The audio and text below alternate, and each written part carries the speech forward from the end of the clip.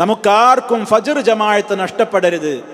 അതുപോലെ തന്നെ വീട്ടിലുള്ള ആളുകൾക്കാർക്കും തന്നെയും ഫജ്ർ നേരം വൈകിക്കൊണ്ട് നിർവഹിക്കുന്ന ഒരവസ്ഥയുണ്ടാകരുത്. സമയത്തത് നിർവഹിക്കപ്പെടണം. അതിന് നമ്മൾ സ്വീകരിക്കേണ്ടുന്ന ചില പ്രായോഗികമായ രീതികളെ സംബന്ധിച്ചാണ് ഓർമ്മപ്പെടുത്തുന്നത്. ഒന്ന്, നേരത്തെ ഉറങ്ങലാണ്. അകാരണമായി നമ്മൾ ഉറക്ക് വൈകിക്കരുത്. എത്രത്തോളം വൈകി ഉറങ്ങുന്നുവോ അത്രത്തോളം എഴുന്നേൽക്കാൻ നമുക്ക് പ്രയാസമുണ്ടാകും. അതുകൊണ്ടാണ് ഇശാ നമസ്കാരത്തിൻ്റെ ശേഷം അധിക സംസാരങ്ങളിൽ ഏർപ്പെടാതെ വേഗം പോയി ഉറങ്ങണം എന്ന് മഹാനായ നബി സല്ലല്ലാഹു അലൈഹി വസല്ലമ പറഞ്ഞത്. എന്നാൽ ചില സന്ദർഭങ്ങളിൽ നമുക്ക് വൈജ്ഞാനികമായ സദസ്സുകൾ, അതുപോലെ തന്നെ ഉപകാരപ്രദമായ മറ്റു കാര്യങ്ങൾക്കൊക്കെ വേണ്ടി കുറച്ചു നേരം ഇരിക്കേണ്ടി വരും. എന്നാലും അതൊക്കെ ആ സമയത്തൊക്കെ ഒരുപാട് നേരം ഇരുന്ന് അതൊരു പതിവാക്കി സുബഹിയുടെ കുറച്ചല്പം മുമ്പ് മാത്രം വൈകി ഉറങ്ങി സുബഹിക്കെഴുന്നേൽക്കാതെ ഏറ്റവും പരമപ്രധാനമായ ആ കാര്യം നഷ്ടപ്പെടുത്തിക്കൊണ്ട് മറ്റൊരു പുണ്യകർമ്മവും ചെയ്യാൻ നമുക്ക് പാടില്ല എന്ന് നമ്മൾ മനസ്സിലാക്കുക. അതുകൊണ്ട് അതിനനുസരിച്ച് നേരത്തെ ഉറങ്ങുക എന്നുള്ളതാണ്. ചില കാര്യങ്ങൾ പെട്ടെന്ന് പറഞ്ഞു പോവുകയാണ്. നേരത്തെ ഉറങ്ങാൻ ശ്രമിക്കുക കഴിവതും. രണ്ടാമതായി നമ്മൾ മനസ്സിലാക്കേണ്ടത് ഉളുവെടുത്തുകൊണ്ട് ഉറങ്ങണം. ഇസ്ലാം പറഞ്ഞിട്ടുള്ള ശുദ്ധിയോടുകൂടെ ഉറങ്ങാൻ ശ്രമിക്കുക. ഉറങ്ങുന്നതിൻ്റെ മുമ്പ് സ്വീകരിക്കേണ്ടുന്ന ദിക്റുകൾ മഹാനായ നബി സല്ലല്ലാഹു അലൈഹി വസല്ലമ പഠിപ്പിച്ചിട്ടുണ്ട്. അത് നമ്മൾ മറക്കാതെ നിർവഹിച്ചുകൊണ്ട് ഉറങ്ങിയാൽ നമുക്ക് എഴുന്നേൽക്കാൻ സാധിക്കും. മൂന്നാമത്തത്, നമ്മൾ ഉറങ്ങാൻ കിടക്കുമ്പോൾ തന്നെ നമ്മുടെ മനസ്സിൽ ഒരു സത്യസന്ധമായി നമ്മളൊരു നിയ്യത്ത് കരുതണം. എന്ത്? എനിക്ക് സുബഹി ജമാഅത്ത് നഷ്ടപ്പെടാതെ നേരത്തെ തന്നെ എഴുന്നേൽക്കണം എന്ന് ആത്മാർത്ഥമായി ആഗ്രഹിക്കണം. അതേ അവസരത്തിൽ അലാറമൊന്നും അടിക്കാതെ ഇരിക്കണം, ആരും എന്നെ വന്ന് വിളിക്കാതിരുന്നെങ്കിൽ എന്നൊക്കെയുള്ള ദുഷിച്ച ചിന്തയോടുകൂടെയാണ് ഒരാൾ ഉറങ്ങുന്നതെങ്കിൽ അയാൾക്ക് ആ ഫജ്റിന് എഴുന്നേൽക്കാൻ കഴിയില്ല. അതേ അവസരത്തിൽ ഈ നല്ല ചിന്തയോടുകൂടെ കിടക്കുകയാണെങ്കിൽ നമുക്ക് എഴുന്നേൽക്കാൻ സാധിക്കും. അതാണ് മൂന്നാമത്തെ കാര്യം. നാലാമതായി, എഴുന്നേറ്റ ഉടനെ തന്നെ നമ്മൾ ദിക്റുകൾ ചൊല്ലണം. ഉണർന്നെഴുന്നേൽക്കുന്ന ഉടനെ തന്നെ ദിക്റുകൾ നമ്മൾ ചൊല്ലണം. എന്താണ് കാരണം? ആ ദിക്റോടുകൂടി തന്നെ ചെകുത്താൻ നമ്മൾ ഉറങ്ങുന്ന വേളയിൽ നമ്മുടെ പെരടിയിൽ ബന്ധിച്ചിട്ടുള്ള ആലസ്യത്തിൻ്റെയും അതേപോലെ തന്നെ ഉദാസീനതയുടെയും അവിടെ കിടന്നുറങ്ങുവാനുള്ള അവൻ്റെ പ്രത്യേകമായ ആഹ്വാനത്തിൻ്റെയും ഒക്കെ പേരിലുള്ള 2-3 കെട്ടുകളുണ്ട് എന്ന് നബി സല്ലല്ലാഹു അലൈഹി വസല്ലം പറഞ്ഞിട്ടുണ്ട്. അത് ഒന്നാമത്തെ കെട്ടാണ്ട് അഴിയും, അള്ളാഹനെ ഓർത്താണ്ട് എഴുന്നേൽക്കും. ഉണർന്ന ഉടനെ ദിക്റുകൾ ചൊല്ലണം. അതോടുകൂടി ഒന്നാമത്തെ ബന്ധനം അഴിയും. ഉടനെ തന്നെ വുളൂഅെടുക്കണം. രണ്ടാം ബന്ധനം അഴിയും.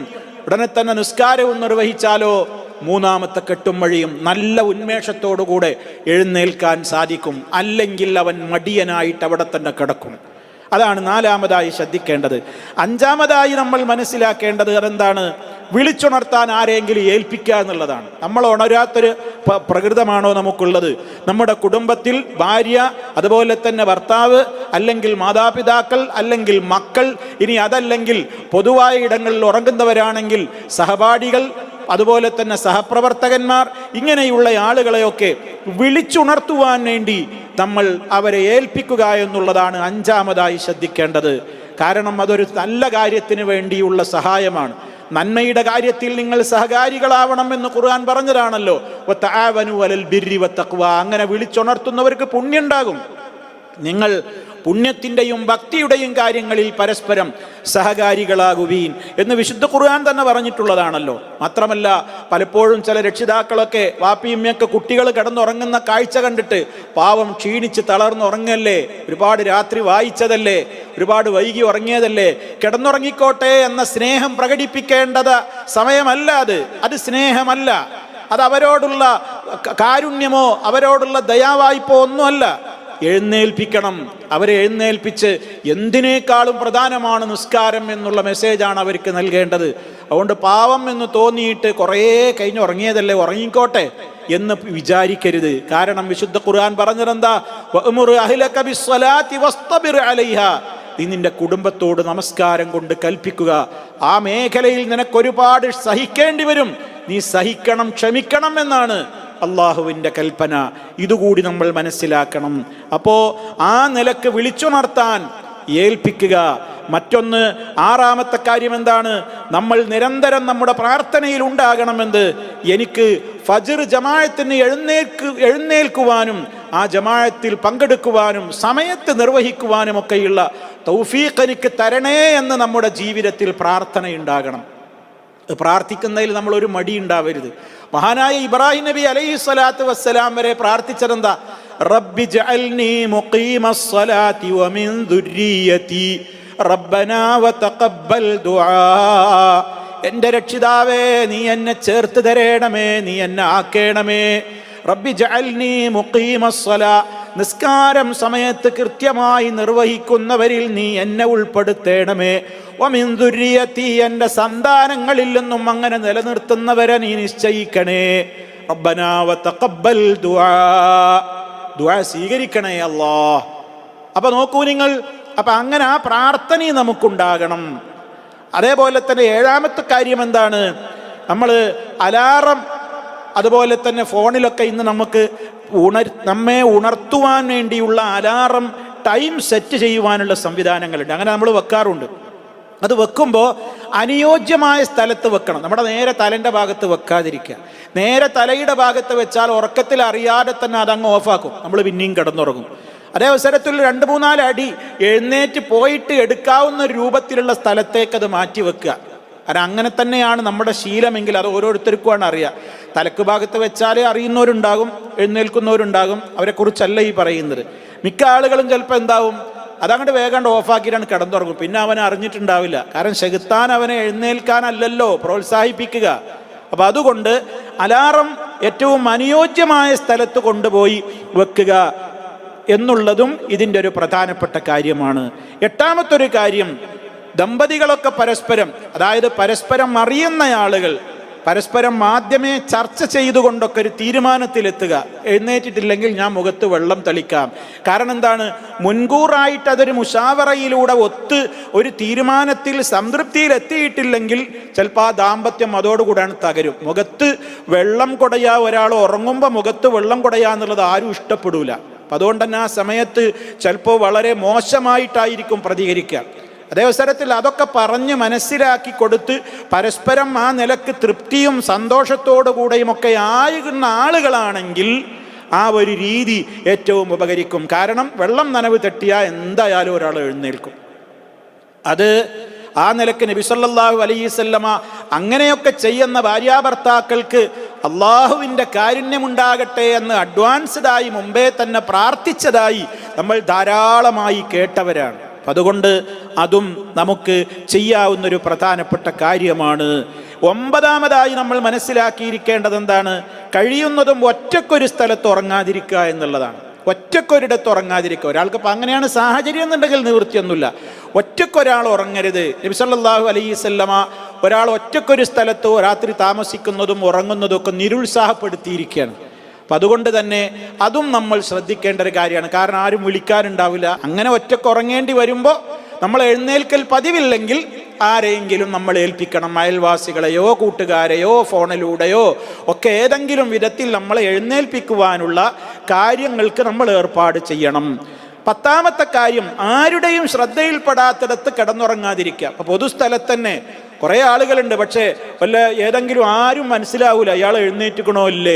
ആളുകൾ വിചാരിക്കും അവൻ നീറ്റ് പള്ളിയിൽ പോയിട്ടുണ്ടാവും. കുറേ കഴിഞ്ഞ് വന്ന് നോക്കുമ്പോഴാവും ഇയാൾ ചുരുണ്ട് വേറെ ആരും കാണാത്തൊരു മൂലയിൽ ഉറങ്ങുന്നുണ്ട്. അങ്ങനെ ഏതെങ്കിലും ഒരു മൂലയിൽ ഉറങ്ങേണ്ടി വന്നാൽ സഹപ്രവർത്തകരോട് പറയണം, ഞാൻ ഇന്ന ഭാഗത്താണ് കിടക്കുന്നത്, എഴുന്നേറ്റിട്ടില്ലെങ്കിൽ നിങ്ങൾ എന്നെ ഒന്ന് വിളിക്കണം. അപ്പോഴും ആ കാര്യത്തിന് പരിഹാരമാകും. അതാണ് നമ്മൾ ശ്രദ്ധിക്കേണ്ടുന്ന മറ്റൊരു കാര്യം. 11ാമതായി ശ്രദ്ധിക്കേണ്ടത്, ഉണർന്ന് എഴുന്നേൽക്കുമ്പോൾ നമ്മൾ ഘട്ടം ഘട്ടമായിട്ടല്ല എഴുന്നേൽക്കേണ്ടത്. നമുക്കൊക്കെ അങ്ങനെ ഒരു ശീലമുണ്ട്. ഒരാളിപ്പോൾ നമ്മളെ ഉണർത്തി, അല്ലെങ്കിൽ അലാറം നമ്മെ ഉണർത്തി, നമ്മൾ എഴുന്നേൽക്കുമ്പോൾ ഈ കുറേ ആൾക്കാർ ആദ്യം കുറേ നേരം ഇങ്ങനെ ആലോചിച്ച് കിടക്കും.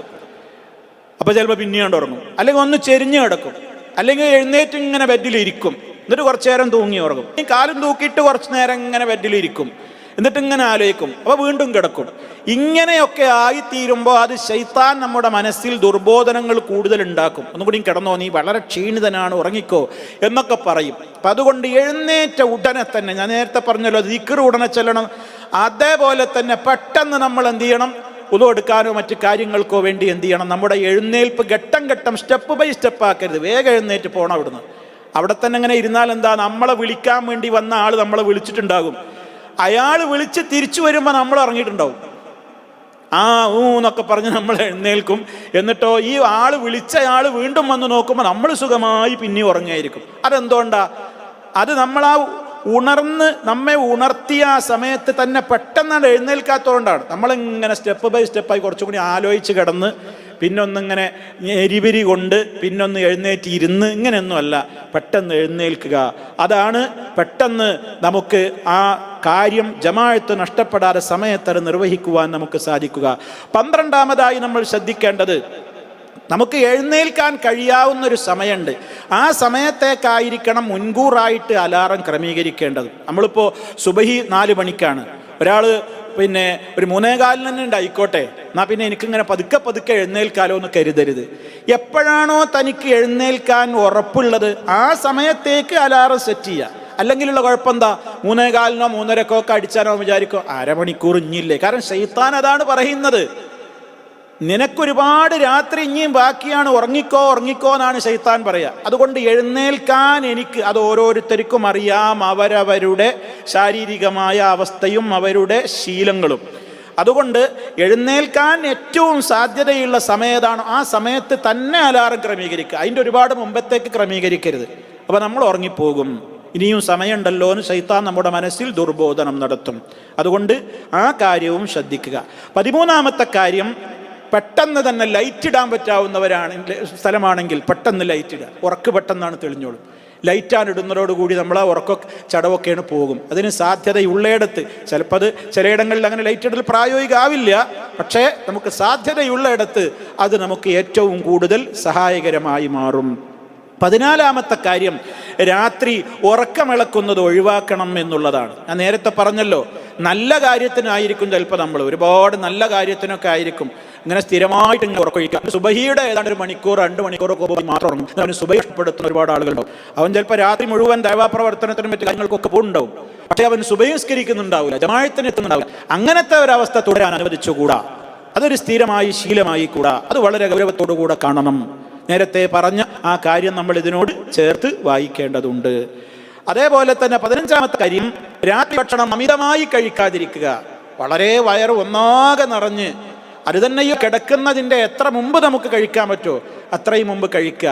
വൈകി കഴിക്കുമ്പോൾ വയറ് ഫുള്ളായി കഴിച്ചാൽ എന്താണ്, മയക്കത്തിൽ പെട്ട് പിന്നെ ഉണരാൻ സാധിക്കാതെ അവന് സുബഹി നഷ്ടപ്പെടാൻ സാധ്യതകൾ ഏറെയാണ്. 16ാമത്തെ കാര്യം, ഫജ്റിന്റെ സുന്നത്തിന്റെ ശേഷം ചില ആളുകൾ ഫജ്ർ നിസ്കരിച്ചു കഴിഞ്ഞാൽ ഇവരൊരു ചെരിഞ്ഞു കിടത്തുണ്ടല്ലോ, ആ ചെരിഞ്ഞു കിടത്തം അതിനെ സംബന്ധിച്ച് പണ്ഡിത ലോകത്ത് അഭിപ്രായ വ്യത്യാസങ്ങളുണ്ട്. ഫജ്ർ നിസ്കാരം കഴിഞ്ഞാൽ, ഫജ്റിന്റെ സുന്നത്ത് കഴിഞ്ഞിട്ടൊന്ന് വലതു ഭാഗത്തേക്കൊന്ന് ചെരിഞ്ഞു കിടക്കൽ, അത് സുന്നത്താണോ അതോ അത് ആർക്കാണത് നിർവഹിക്കേണ്ടത് എന്നൊക്കെയുള്ള ചർച്ചകൾ വേറെ. പക്ഷേ പലരും ആ സുന്നത്ത് എടുത്തിട്ട് പിന്നെ അവരെന്ത് ചെയ്യാണ്, സുഖമായിട്ടാണ് ഉറങ്ങും, പിന്നെ അവന് സുബഹി ഉണ്ടാവില്ല. അപ്പം അതുകൊണ്ട് അതിൻ്റെയും യഥാർത്ഥ വസ്തുത എന്താണെന്ന് അറിഞ്ഞുകൊണ്ട് വേണം അതും നിർവഹിക്കുവാൻ. മറ്റൊന്ന് 17ാമത്തെ കാര്യം, ഖിയാമുൽ ലൈൽ, നമ്മുടെ രാത്രി നമസ്കാരം ഉണ്ടല്ലോ, അത് കഴിയുന്നത്ര നമ്മൾ സുബഹിക്ക് തൊട്ട് മുമ്പാക്കാൻ ശ്രദ്ധിക്കുക. നമ്മുടെ വിത്ർ നമസ്കാരം കഴിയുമ്പോഴേക്ക് സുബഹി ബാങ്ക് ഇങ്ങനെ വിളിക്കണം. ആ നിലക്ക് നമ്മുടെ രാത്രി നമസ്കാരം കഴിയുമെങ്കിൽ സുബഹിയുടെയും എത്രയോ മുമ്പ് തന്നെ എഴുന്നേൽക്കുവാൻ ശ്രമിച്ചാൽ വിത്ർ നിസ്കാരമൊക്കെ കഴിഞ്ഞ് നമ്മൾ പ്രാർത്ഥനയൊക്കെ കഴിയുമ്പോഴേക്ക് ഫജ്ർ ബാങ്ക് ഇങ്ങനെ വിളിക്കും. അപ്പം നമുക്ക് വളരെ ഉന്മേഷത്തോടെ ജമാഅത്തിന് നേരത്തെ തന്നെ എത്തിച്ചേരുവാൻ സാധിക്കും. ഒരാൾക്ക് അങ്ങനെ സാധിക്കില്ലെങ്കിൽ നിവൃത്തിയൊന്നുമില്ല. കാരണം ഏറ്റവും ഉത്തമമായ സമയം സുബഹിയോടടുത്ത സമയമാണല്ലോ. ആ സമയത്തിൻ്റെ പ്രാധാന്യം, ആ സമയത്ത് നിസ്കരിക്കുന്നതിൻ്റെ പ്രത്യേകത, ദുആക്ക് ഇജാബത്ത് കിട്ടുന്നതിൻ്റെ ഏറ്റവും ഉത്തമമായ സമയം, അങ്ങനെ ഒരുപാട് മഹത്വങ്ങളുണ്ടല്ലോ ആ സമയത്തിന്. അതുകൊണ്ട് ആ സമയത്തേക്കാക്കി തീർക്കാൻ സാധിച്ചാൽ നമുക്ക് ഫജ്ർ ജമാഅത്തിൻ്റെ കാര്യത്തിൽ വളരെ നേരത്തെ എത്തുവാൻ അത് സഹായകരമായി തീരും. 18ാമത്തെ കാര്യം, ഉറങ്ങാൻ കിടക്കുന്ന നമ്മുടെ വിധം, ഉറങ്ങാൻ കിടക്കുന്ന രീതി ഉണ്ടല്ലോ, അത് മഹാനായ നബി സല്ലല്ലാഹു അലൈഹി വസല്ലമ പഠിപ്പിച്ച ആ ചര്യയിൽ അധിഷ്ഠിതമായ രൂപത്തിൽ കിടക്കണം. നേരത്തെ ഉളൂ ദിക്റുകൾ എന്നൊക്കെ പറഞ്ഞു. അതിൻ്റെ പുറമെ അള്ളാഹിൻ്റെ റസൂൽ നമ്മളോട് കിടക്കാൻ പറഞ്ഞൊരു രീതിയുണ്ട്. വലതുവശത്തേക്ക് ചെരിഞ്ഞു കിടക്കുക, വലത്തെ കവിളിൽ വലത്തെ കൈപ്പത്തി ചേർത്തിക്കൊണ്ട് വലതുവശത്തേക്ക് ചെരിഞ്ഞു കിടക്കുക. അതൊക്കെ എന്തിനാണ്? ഡീപ്പായി മനുഷ്യൻ ഉറങ്ങിപ്പോകാതിരിക്കാനുള്ള ഒരു മാർഗമാണ് എന്നൊക്കെ ഇന്ന് ശാസ്ത്രലോകം തന്നെ പറഞ്ഞിട്ടുള്ളൊരു കാര്യമാണ്. ശാസ്ത്രം പറയട്ടെ പറയാതിരിക്കട്ടെ, നമ്മളത് നോക്കിയിട്ടല്ല, അള്ളാഹുവിൻ്റെ റസൂലിൻ്റെ ചര്യ എന്താണെന്ന് നോക്കിയിട്ടാണ്. അപ്പം അതുകൊണ്ട് അതിലിങ്ങനെയും ഗുണമുണ്ടായിരിക്കാം. ഏതായാലും അള്ളാഹുവിൻ്റെ റസൂൽ സല്ലല്ലാഹു അലൈഹി വസല്ലമിൻ്റെ ചര്യ എന്താണോ ആ ചര്യയിൽ നമ്മൾ കിടന്നുറങ്ങിയാൽ നമ്മുടെ എഴുന്നേൽപ്പിനത് സഹായകരമാകും. അതേപോലെ തന്നെ പകലിൽ സാധിക്കുമെങ്കിൽ കുറച്ചു നേരമൊക്കെ ഉറങ്ങുക. അധികം അമിതമായ ഉറക്കല്ല. പകൽ സമയത്ത് ഇപ്പോൾ ഉച്ചയുടെ മുമ്പൊക്കെ കുറച്ചു നേരം ഉറങ്ങാൻ കിട്ടുന്ന അവസരമാണെങ്കിൽ കുറച്ചു നേരം പകലിൽ ഉറങ്ങുക. അത് അസറിൻ്റെ ശേഷമോ മഗ്രിബിയുടെ ശേഷമോ ഒക്കെ ഉറങ്ങാൻ നിന്നാൽ അത് രാത്രി ഉറക്കത്തെ ബാധിക്കും. അതാണ് നമ്മൾ 20ാമത്തെ കാര്യമായിട്ട് ശ്രദ്ധിക്കേണ്ടത്. അസറിൻ്റെയും മഗ്രിബിൻ്റെയും ശേഷം ഉറങ്ങാതിരിക്കുക. കാരണം അത് രാത്രി ഉറക്കത്തെ ബാധിക്കും. അപ്പോൾ രാത്രി ശരിക്കും ഉറക്കം കിട്ടാതെയാകുമ്പോൾ ഫജ്റിന് എഴുന്നേൽക്കുന്നത് ഉന്മേഷത്തോടെ സാധ്യമാകാതെ വരും. ഇതിനേക്കാളെല്ലാം ഉപരി, സർവോപരി ഞാൻ നേരത്തെ പറഞ്ഞതുപോലെ എന്താണ് ശ്രദ്ധിക്കേണ്ടത്? ഇഖ്ലാസും നമ്മുടെ ഈമാനികമായ കരുത്തുമൊക്കെ നിലനിർത്തി ഇതിൻ്റെ മഹത്വം കഴിഞ്ഞ ക്ലാസ്സിൽ പറഞ്ഞതുപോലെ അതിൻ്റെ മഹത്വവും പ്രാധാന്യമൊക്കെ നമ്മുടെ മനസ്സിൽ എപ്പോഴും കൊണ്ടു നടക്കുക. ഈ വിധ കാര്യങ്ങളൊക്കെ നമ്മൾ ശ്രദ്ധിച്ചാൽ നമുക്ക് സുബഹിയുടെ ഏറ്റവും ആ ജമാഅത്ത് പങ്കെടുക്കുവാനും അതുപോലെ തന്നെ സ്ത്രീകളും ഈ ജമാഅത്തിൽ പങ്കെടുക്കാത്ത അങ്ങനെയുള്ള അസൗകര്യങ്ങളുള്ള ആളുകൾക്കും അത് സമയത്ത് നിർവഹിക്കുവാനുമൊക്കെ ഈ വക പ്രായോഗികമായ കാര്യങ്ങൾ സഹായകരമാകുമെന്നാണ് നമുക്ക് മനസ്സിലാക്കുവാൻ സാധിക്കുന്നത്. അല്ലാഹു സുബ്ഹാനഹു വ തആല ഏതെല്ലാം നല്ല കാര്യങ്ങളുണ്ടോ അവയിലേക്കെല്ലാം ആവേശപൂർവം മുന്നേറുന്ന സജ്ജനങ്ങളിൽ നമ്മെ ഓരോരുത്തരെയും ഉൾപ്പെടുത്തി അനുഗ്രഹിക്കുമാറാകട്ടെ. തെറ്റുകുറ്റങ്ങൾ പുറത്തു തരുമാറാകട്ടെ. ജന്നത്തിൽ ഇടം നൽകുകയും ജഹന്നമില്ലെന്ന് കാത്തു രക്ഷിക്കുകയും ചെയ്യുമാറാകട്ടെ.